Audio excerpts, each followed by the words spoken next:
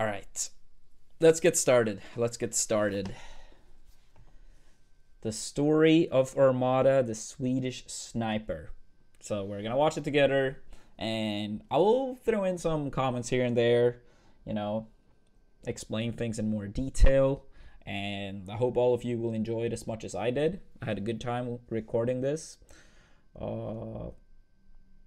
getting interviewed and stuff. But yeah, let's get started. Gods don't always come from greatness. I mean, the meditation might have turned up. Whoa! Oh my God! Armada finally turning up right now. He's like, dude. They aren't always born as gods. Armada, are you real? Honestly, I was never too much of a fan of the term the gods, but I understand. Some gods why. arrive from far away and no one sees their ascension coming. That comeback was against Hungerbox Fluff.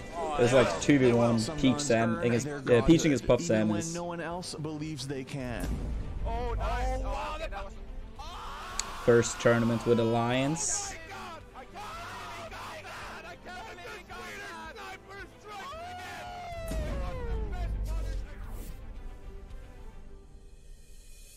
Adam Armada Lindgren was born on March 28, 1993 in Gothenburg, Sweden. Yeah, I still live in Armada Sweden. was born into a large family, the fifth of 10 siblings, and it was through them that he discovered Smash. Actually, okay, that's I have 10 siblings, so we're 11. But I'm the fifth oldest. But we're 11 total, so I have 10 siblings. His older brother, Alexander Aeneolus Lindgren, Okay, don't ask me why we had that tournament in long hair. 2004, which kicked off his love of competitive Super Smash Bros. Melee. Yeah, don't ask me why I had that long hair, but mistakes were made. Also my former teammate. He borrowed Smash 64 from a friend of his, and we liked the game. So when Melee came out, it was very natural for us to buy that game, and we played it in a casual way for a few years. And then Aeneolus heard about an upcoming tournament fairly close to where we live. So he asked me if I wanted to tag along, and I've always loved competing, and I've always loved Melee. So that's pretty much how it all started.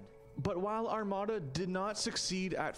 Yeah, as a kid, I really like to, be competitive in anything.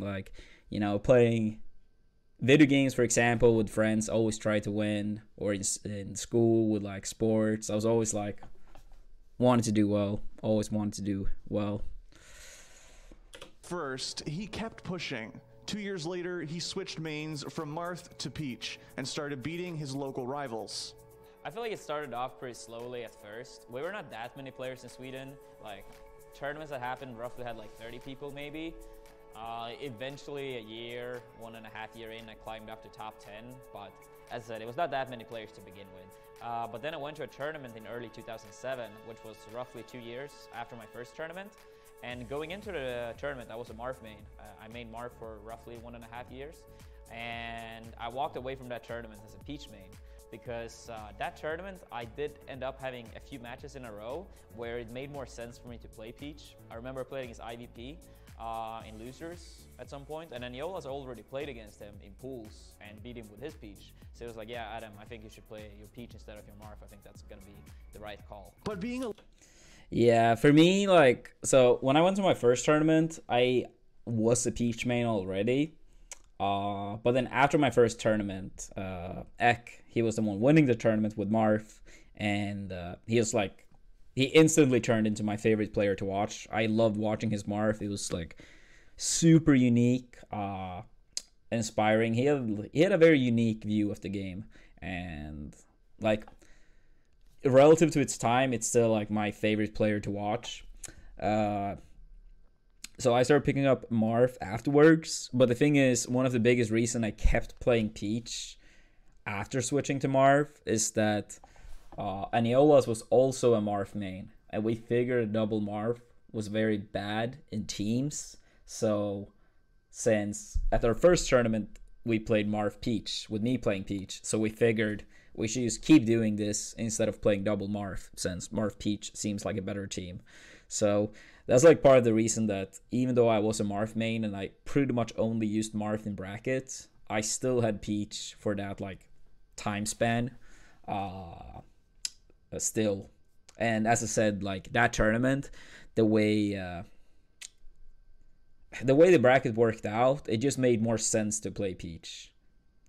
So you know, a little bit lucky, I guess. But I mean, I probably would have swapped to Peach eventually. If it was not that tournament, it probably would have happened at some later point. But yeah, still cool to look back at and be like, what if that tournament had ended up going differently? Marth never felt like, looking back at it, I don't think Marth ever suited me that well.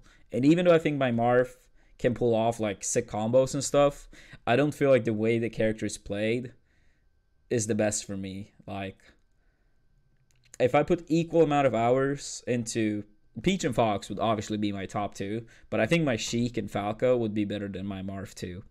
So yeah, I just never felt like I truly clicked with that character. And I think that's part of the reason I didn't improve that much, relatively speaking, compared to other Swedes. Seiko, thank you for the raid, buddy. Thank you so much. A local legend was not enough. He wanted more. Armada attended Renaissance of Smash 4, the European national tournament. He knew he wasn't strong enough to win, but he learned something important there. We always had like once a year, Renaissance of Smash. And that was like basically like the European Championship. And that was coming up in July that year, so I had a few more months to practice. And yeah, this was started to 6 feel months very after I confident. picked back I kind of Peach look up at it again. like, you know, when you have a puzzle and you've been putting enough pieces together and it all makes sense, you know where to put the next pieces. That kind of what it felt like for me in Melee. It was like I had enough of an understanding of the game where each next step felt very, like, much easier than before. He took the lessons he learned from Yeah, for me with Peach, it was like, the more I play the character, kind of as I explained there, that like the more I played, the more I saw like, oh, like you can punish with like these dash attacks, these up airs. You can do like the turnips and floats off the level with nair, fair for edge guards. It was like, the more I played, the more I could like put all these pieces together, which just made it easier to keep improving. And that's when I realized how underrated Peach was, because at the time, Peach's meta was basically float, fair, and down smash, and that was it. So the more I played, I was like, wait, like, if people think Peach is this good, despite Peach's not doing this, or this, I was like, that's when I started feeling very confident that I, at the very least, could soon become the best Peach in the world, if not the best player in the world.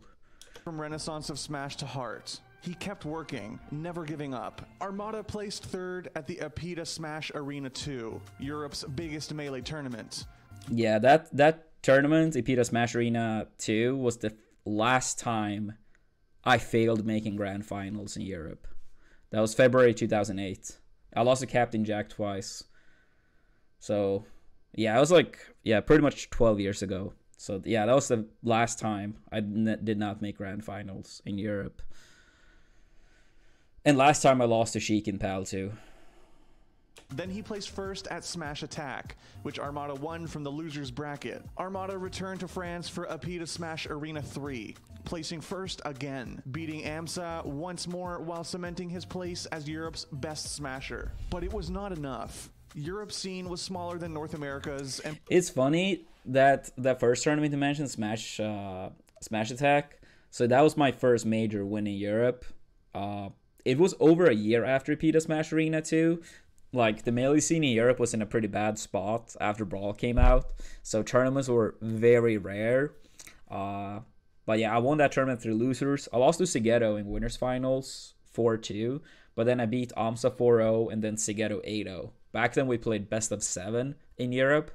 And then the next weekend, Apita Smash Arena 3, I went through the tournament without dropping a single game. Beating AMSA, Straw at the Heen, over. I probably beat another 1 or 2 very good players, but that's like at least those 3 players. At least those 3 players. Yeah. I think I might have played. Yeah, I think it might was over in winner quarters, AMSA in semis, Straw at the Heen in winners final, and then AMSA again. I think that was how my bracket was. I'm sure I played all 3 of those, but I'm not 100% sure if I played AMSA in semis, but I think I did. And players rarely traveled between regions to compete in Smash tournaments. Prize pools were low, especially in Europe, and few Smash players could rely on Melee as a full-time job. Dude, North it was America Mewtwo was the where only best one being players full-time were, Smash and at this Armada time. wanted to prove that he was among the game's elite. Going to the US was very expensive, and I actually ended up borrowing like $1,000 from my grandparents because I was like, I want to go to the US at least once. Because Melee was not in the strongest state, especially not in 2008. It had a very rough period of time. So I was like, you never know how long the game is going to be around. I want to be able to go at least once. And before Genesis, the best player in Europe had never competed with the best Americans. So a lot of the US players, they were like, oh no, Armada, he's not good. He's not gonna make top 32. Some people thought I was gonna struggle in pools. But for me, I was using all of these words as motivation. I was like, all right, now I'm gonna practice harder. And then when I perform well, I can literally say that you are wrong. Yeah, so yeah, the borrowing the $1,000 from my grandparents. This was before Smash Attack and Epita Smash Arena 3 that we just talked about. So when me and Aniolas booked our flights to Genesis 1, I was technically not the best in Europe. Like I might have been, but it was not proven since I had never been in an AMSA tournament at the time. But yeah, we booked like our flights maybe a month or something before like those 2 tournaments. So it was a very, very risky move. I was like, when we booked the flights, I was like not even 16, like barely younger than 16. I was almost turning 16. So $1,000 for me was like a fortune. I don't think I'd ever owned $1,000 simultaneously in my life. And I was not the best in Europe. So it was a massive gamble. And then my grandparents, they were basically like, all right, so if we do lend you this money, how are you going to return it? And I basically had to say that if I don't perform at these 2 tournaments or the one in the US, then I'll have to take a summer job and, you know, slowly but surely pay it off.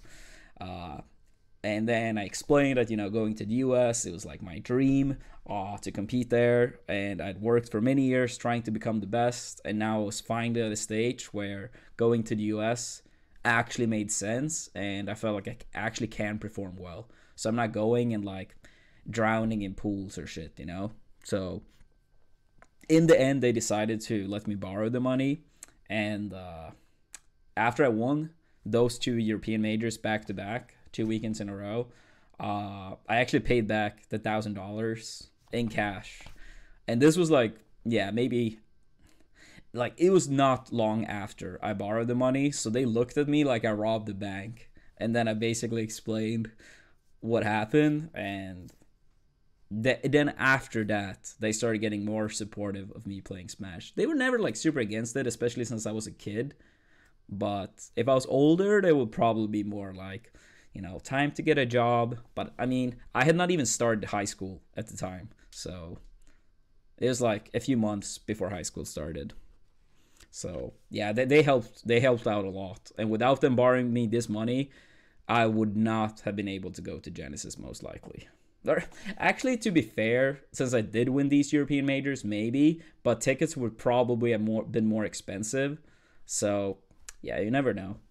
At the time, Genesis was the largest Melee tournament ever held, and the competition was fierce. The era we now know as the era of the 5 gods was just beginning, and almost every top player was in attendance. On his way to the grand finals, Armada brought down Lucky, DeShizwiz, Mewtwo King, and even defeated Mango, America's best player, in the winners finals. But Mango was not going down without a fight. I'm biased, but I think Genesis 1 is the greatest underdog story in Melee history. Even if I didn't win, I think it was the greatest underdog story in Melee history, hands down. I don't think a story like that can happen in Melee again. I was just like, you know, pretty much singing along the song. I was like so relaxed. I was like, regardless of what happens at this point, I know that I performed well and Europe will be proud. I still obviously tried to win, but it was kind of a relief that now I've proved myself enough. So now I should not feel as much pressure. Armada made Europe proud and remained undefeated when he returned home. But every time he crossed the pond, he couldn't put together a first place finish. I think in that He match, finished fourth Hungerbox at did pound like 4, 185 second at backers or Apex some shit. 2010, That was and when I was second like, at alright, pound I'm 5. done with He this was winning matchup. everything in Europe, but it was It was not literally enough. the He same was beating move, almost like everyone close to in North 200 America, times, so I was but like, I it was still can't not punish enough. it. He was second, and it was still not enough. Armada returned to America for Genesis 2. So yeah, leading up to Genesis 2, I got second at 3 out of 4 Super Majors. I got second at Genesis 2. I was actually very sick at Pound 4 and got 4th. And then I got second at Apex 2010, second at Pound 5. So that was a very hard time for me. And then Pound 5 didn't pay out money because they had issues with the hotel and a lot of that. So it was like money issues and a lot of heartbreaking losses.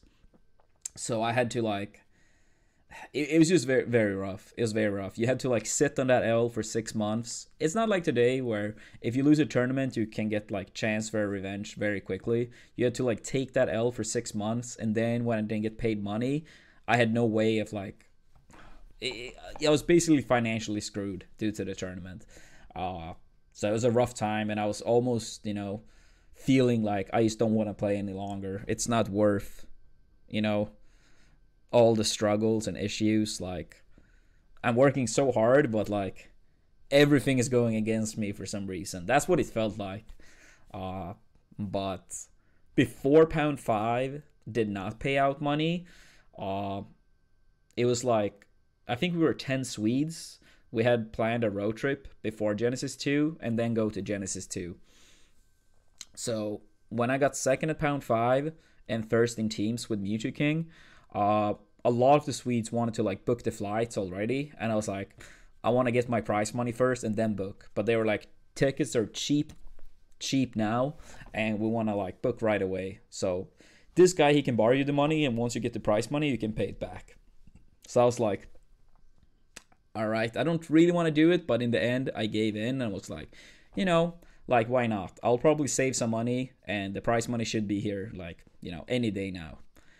Literally the same day we book, like, probably like 5-6 hours after, it's like, whoops, no prize money. I was like, I have no way of paying this guy back now. And the only money I made at the time was from Smash tournaments. Like high schools in Sweden, you actually do get like around $150 a month. But my family was really struggling at the time, and I made some money from Smash tournaments. So basically they got that money because, as you guys saw earlier in the video, we were like 11 kids, right? So not a surprise that we grew up with some financial struggles. But yeah, it was very, very bad. But then, yeah, Genesis 2, when that went well, I paid back the guy instantly after and never borrowed money from people again. Not a single time. In July 2011 and beat Bizarro Flame, then S2J, and then PPMD, Hungrybox, and Taj on his way to a fated Grand Finals rematch with America's Best. It was a really good storyline. Genesis 2, Mango is kind of coming back to Melee again. He had a period of time when he played Mario, Captain Falcon, was not really taking the game too seriously, more going to events to hang out with people. So it was a good storyline there as well, because I still hadn't managed to win a Super Major. In the US, I got second multiple times, and now Mango was back as well. And then we ended up in Grand Finals again. So I think a lot of people were very happy about the rematch because we hadn't played a single tournament match against each other in those 2 years in singles. For the first time ever, a European Smasher took first place on American soil. For the first time ever, Armada defeated Mango in the Grand Finals. Yeah, dude. That was like arguably the best day of my life. Was not second. Yeah, arguably the best day of my life. It was... But still, it was not enough. Armada kept winning that and belt did is not so drop sick. a single tournament from Genesis in July 2011 to Apex 2013 in January of 2013. Armada became a god of Melee, but it gets lonely on Mount Olympus.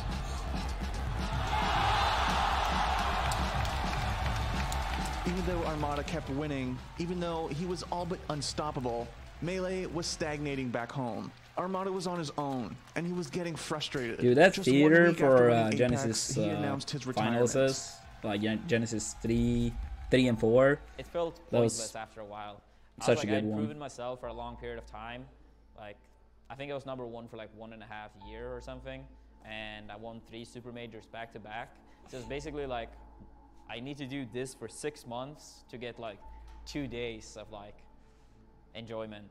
And after a while, it just didn't feel worth it. So I didn't stop playing Melee for that year because I didn't like the game. It was just like, I felt like it's not worth it when I have no one to play against. While Armada was retired, Yeah, this was like way before. This was way before, like, net play was a thing. It was way before like 20xx and like training mods. The scene in Gothenburg was basically dead. 90% of my game time was literally playing against computers. It was no locals. It was like super dead. I was 90% playing on my own and like 8-9% playing with Android.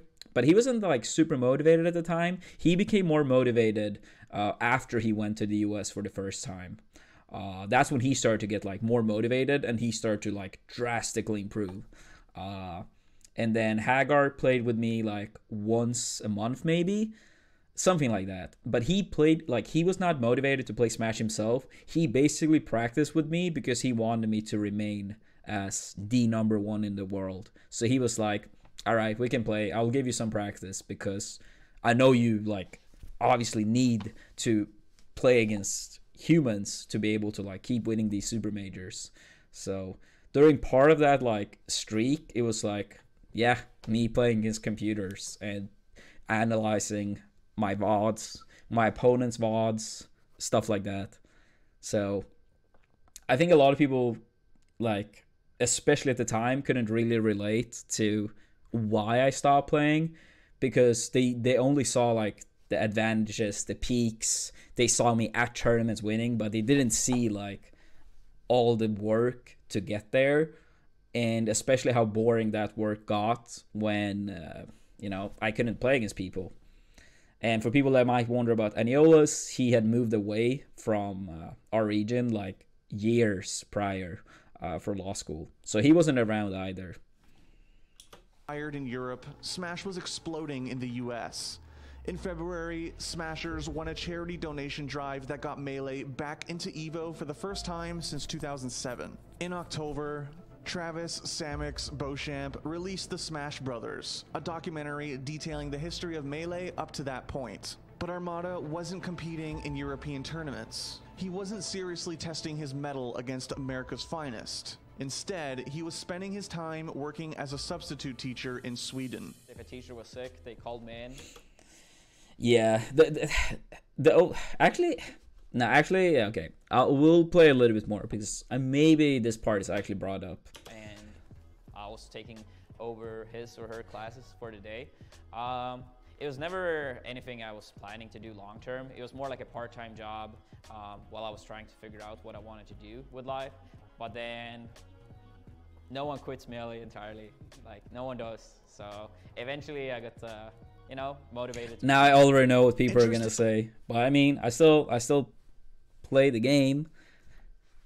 So yeah. Melee was at an all-time high, and Armada realized that it was finally time to take the game seriously again. Okay, maybe that part wasn't brought up. So basically EVO 2013, so I hadn't played for about 6 months. Like, I think I probably played like somewhere between like 1 to 3 times in those 6 months with like Android or whoever. But yeah, it was basically like no Melee for 6 months, and I was really not planning on going to EVO.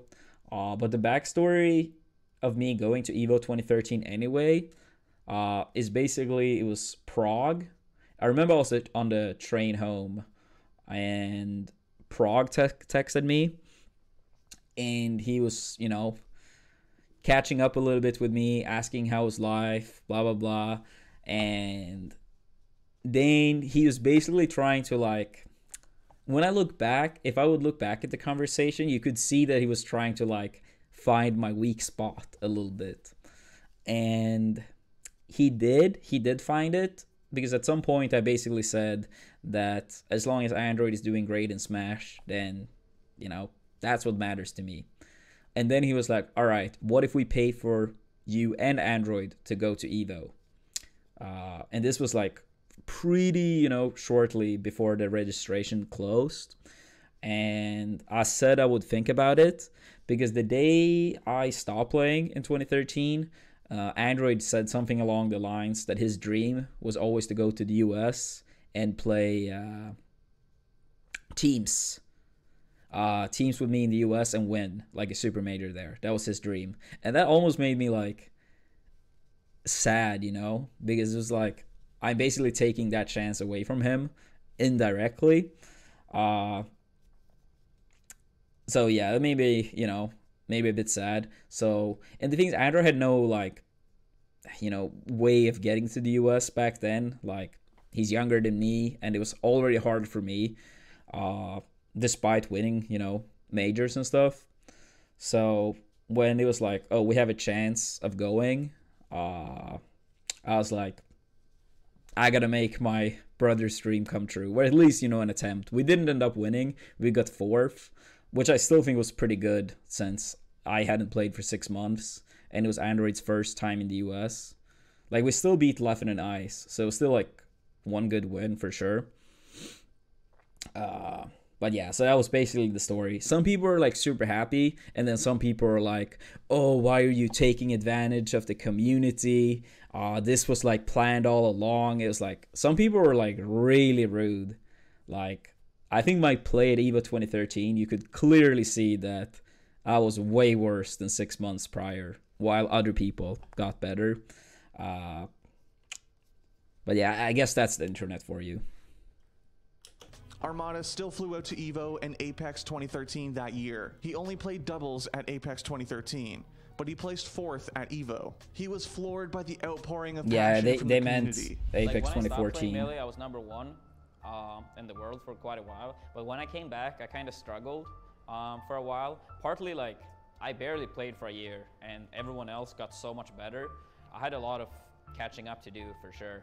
And I was also going through depression myself at the time.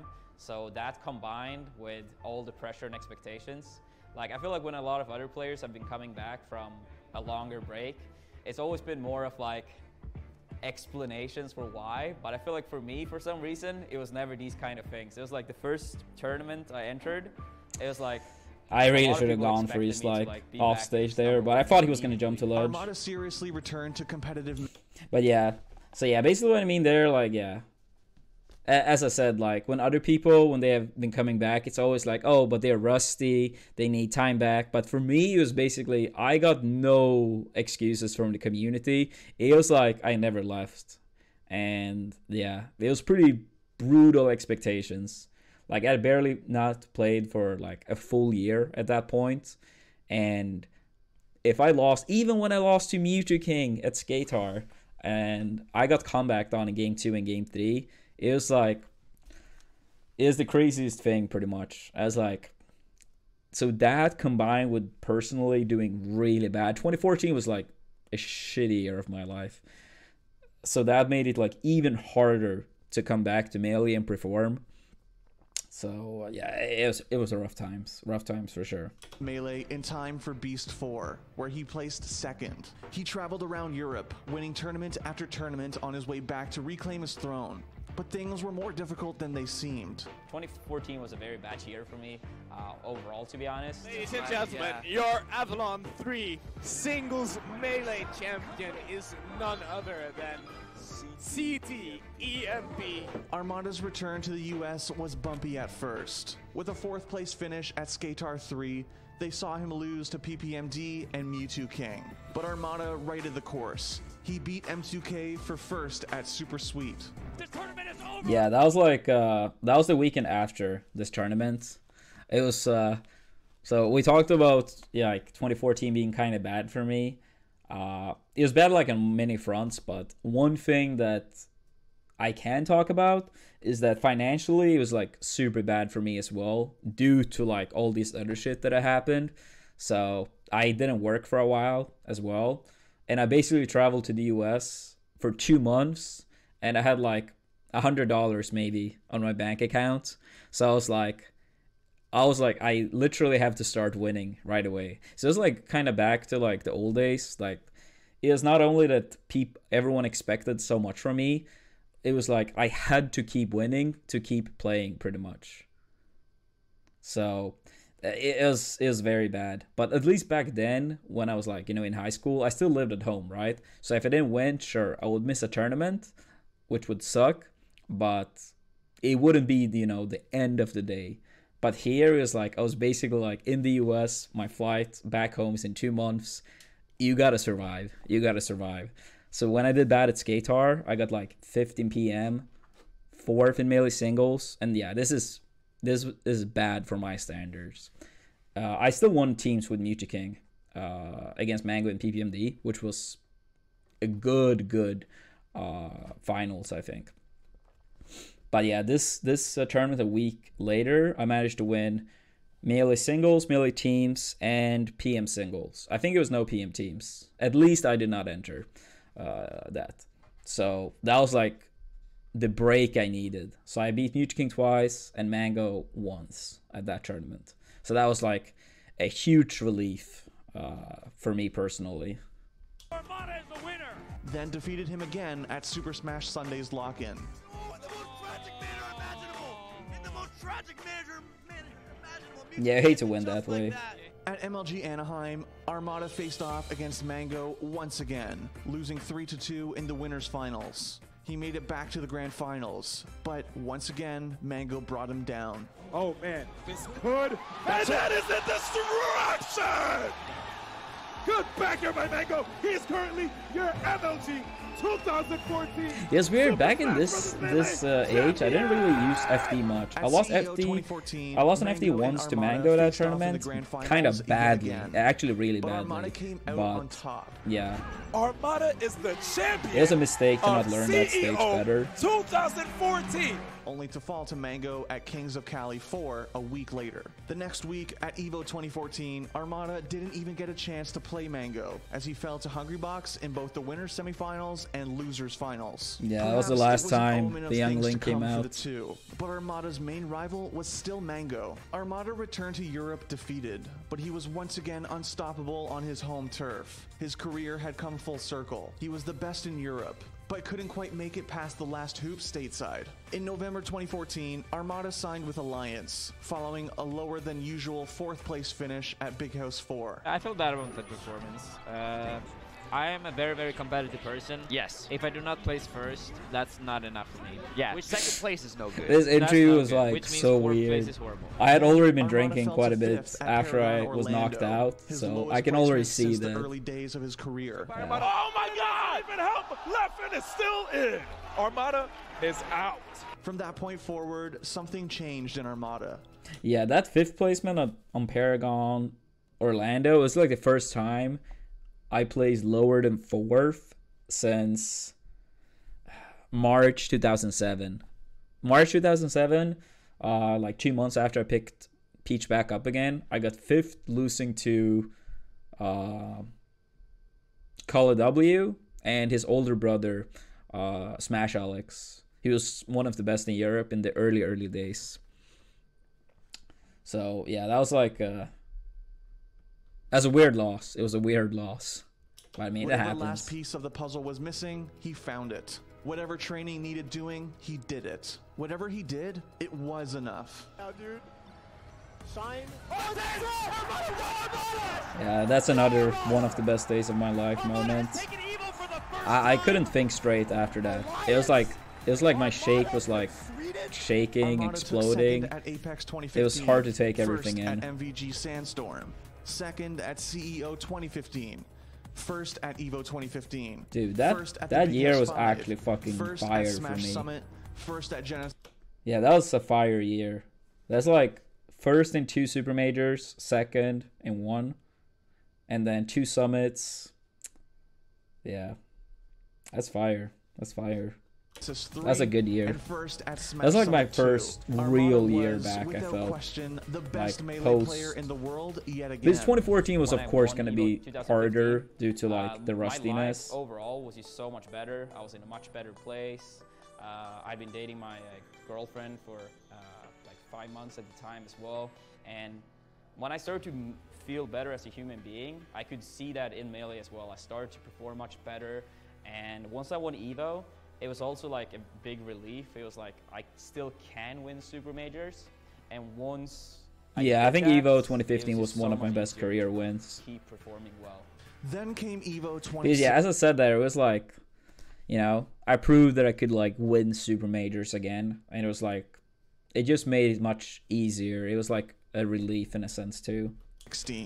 Armada was looking strong, but Hungrybox, always a step behind him, shocked the world with a Grand Finals reset and took an upset victory on Melee's biggest stage. That was one of the worst days of my life. But I mean, Hungrybox earned it. He did play super good.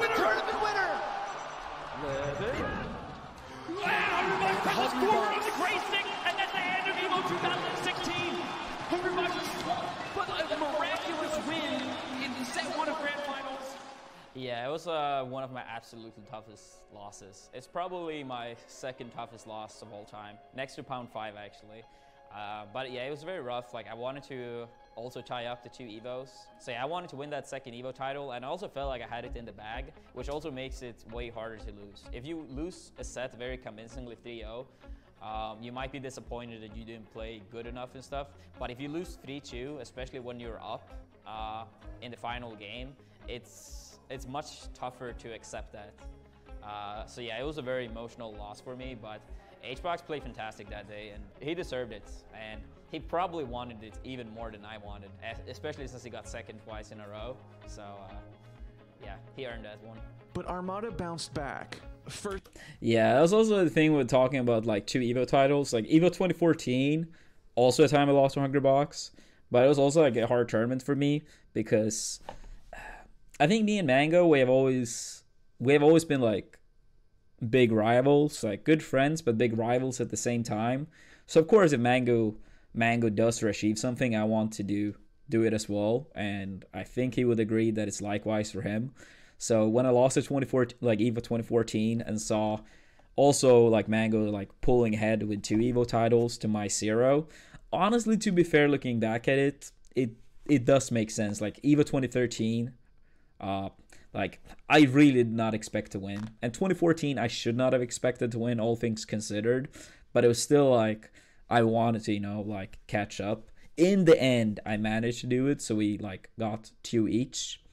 I mean, maybe Evo brings Melee back in the future, it could happen, but at least for me, it was still like when I did compete, despite those 2 years, I feel like, yeah, I did catch up in the titles and got the most Grand Finals appearances out of anyone and the highest average placement. So I was like, it was just like also like a relief in a sense, but also like a moment of being like really proud, bouncing back and taking Evo 2017, yeah. First at Canada Cup 2016, first at Smash Summit 3, first at DreamHack Winter 2016, first at the UGC Smash Open, first at Genesis 4, first at Beast 7, first at Smash Summit again, first at Evo 2017, with plenty of tournaments in between. Can he even make it back? No, Armada's gonna slap him. Oh my God! And we did not see the repeat of Royal Flush. Wow. 3-1, Armada winning Evo 2017 from winners. Armada's back half of 2017 has been difficult. Hungrybox has caught up to the Swedish sniper, and other top players started figuring things out. But Armada will bounce back. He always has, and he always will. Yeah, I feel like it was. Someone will. I feel like it was really a combination of like people getting better, but also me losing motivation. After Evo 2017, that was like the final time I sincerely felt very motivated. I really wanted to win Evo 2017, but once I got that win, it was like pretty much like the final mark that I really wanted to achieve.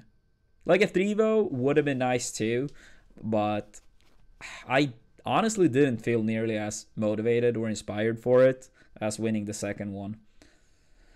So I think it really was a combination of like, people getting better and just my heart getting like less and less into it for each day. So I'll say Evo 2017 was, it was like the last time I went to a tournament and was like, I'm gonna fucking win this shit. That was my mentality. And after that, it became more of like trying not to lose rather than to win, and that's a bad sign. And then it evolved into like, when I started losing to people, then it was kind of like, I know at Genesis 4 when I lost to Plop and Leffen, and I was kind of like, whatever. And that was like catching myself thinking, I was like, wait, what do I mean whatever? It's like, that's when it really, really struck me that this was more than like just a phase. Because the first few months after Evo 2017, I thought it was like, I'm probably just tired from like all the grinding for Evo. Like I'll just like bounce back, But then after Genesis 4, or no, not 4, 5, I mean 5, sorry. I was like, this is clearly like not just a phase. But I still tried to, keep fighting until like the summer of 2018. But it was still like a lot of the same thing. When I lost to people, it was kind of like whatever. And winning didn't feel the same. With the exception of like Hungerbox. Like, I just hated, like, obviously I hate Puff that much. And I wanted to show that I still could beat him. Since he beat me, I think it was 5 times in a row in 2017. So I wanted to, like, that was the one thing that actually ended up being the last thing, pretty much. I was like, I just wanted to show that if I play at my best, I can still beat him the most. But the thing is, I mean, like, I think all of the, like, the top 6 members and stuff, they have, like, that faith that if they play that good, they can beat everyone. So I don't think that makes me unique or anything. I think it applies to all of us. We'll have to get even better to beat him, because for Armada, second is never enough. Thanks for watching. If you want more great content. But yeah, that was the story of me, the Swedish sniper. Pretty good video. I liked it. So let me know, what did you guys think? If you have any questions, now is a good time to ask. And I had a great time watching this with you guys and giving you guys a little bit more insight to some of the stuff that happened over the years.